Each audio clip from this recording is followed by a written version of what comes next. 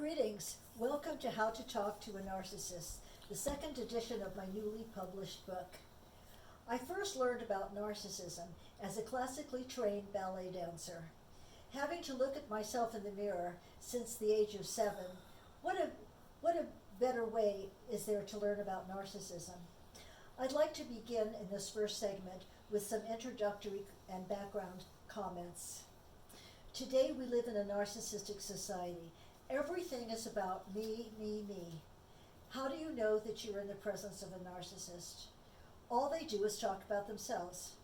I'm sure many of you are familiar with this syndrome, with friends, with neighbors, co-workers, and even someone you just met. Everyone wants their voices to be heard.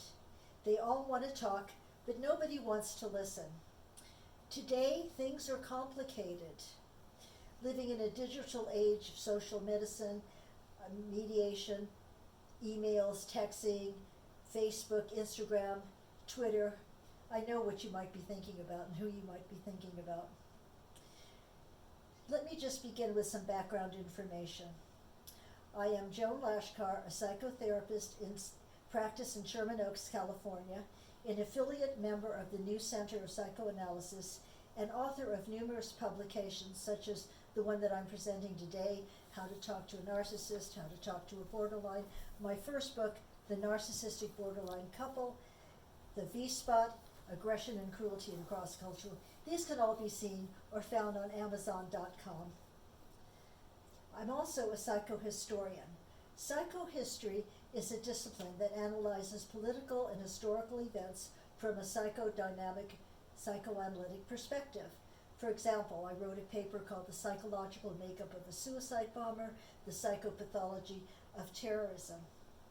This has been most instrumental, particularly with my work segueing into cross-cultural couples, which presents quite a challenge for Western therapists like me who have to deal with people from various ethnic and diverse backgrounds.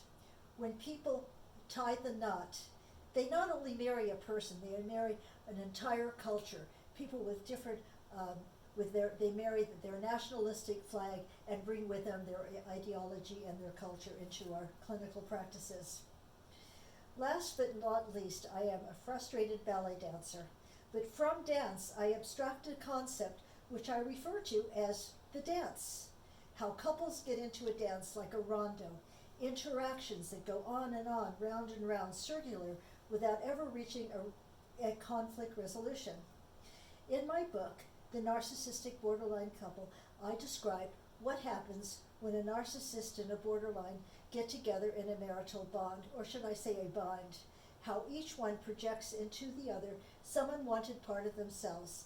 In analytic terms, this is known as the interjective projective process. I actually got a lot of mileage on my concept of the dance because I applied it to custody and court battles, how people with high conflict personality disorders will tie up the court system without ever reaching a conflict resolution. Now I will begin to define the narcissist. The narcissist is one dominated by grandiose, omnipotent fantasies. Freud referred to them as His Majesty, the narcissist, the special child of God. They feel they are superior and better than other people.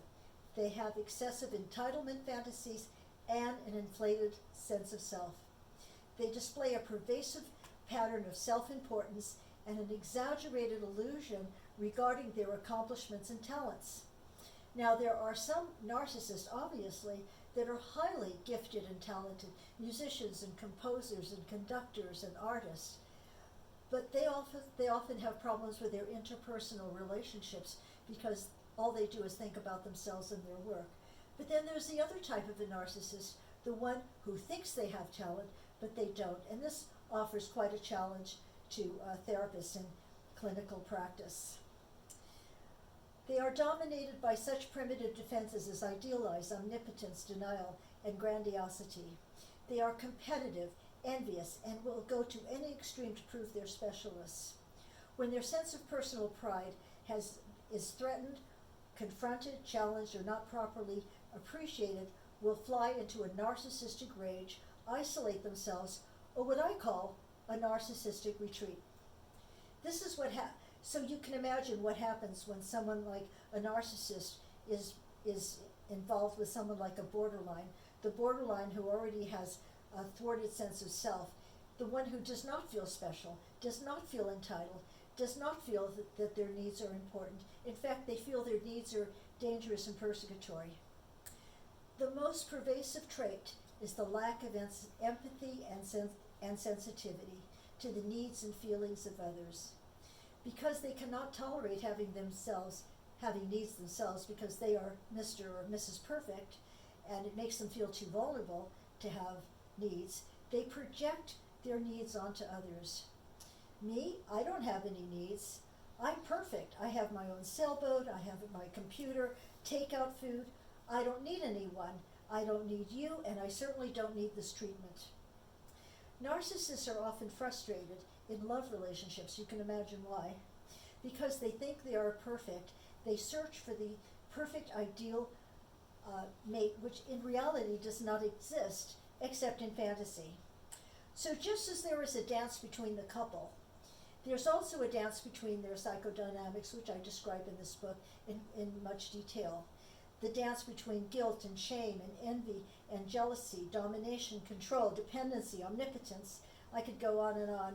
Submission, compliance, victimization. Communicating with a narcissist does require special care, and that's what this book is about, delicacy. In general, the narcissist responds best to empathy and mirroring, validation, appreciation, constant praise. It can be exhausting. They seek out others to fuel their self-object and mirroring needs, and when these needs are depleted or the other person gets too exhausted, they will withdraw. And when their narcissistic supplies run out, then they seek out other object choices.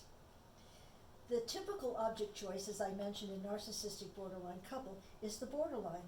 The borderline, who tends to be very submissive, will for a short while be able to meet the needs of the narcissist.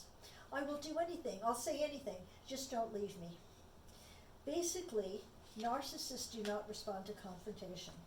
So what do therapists do when they need to confront the narcissist?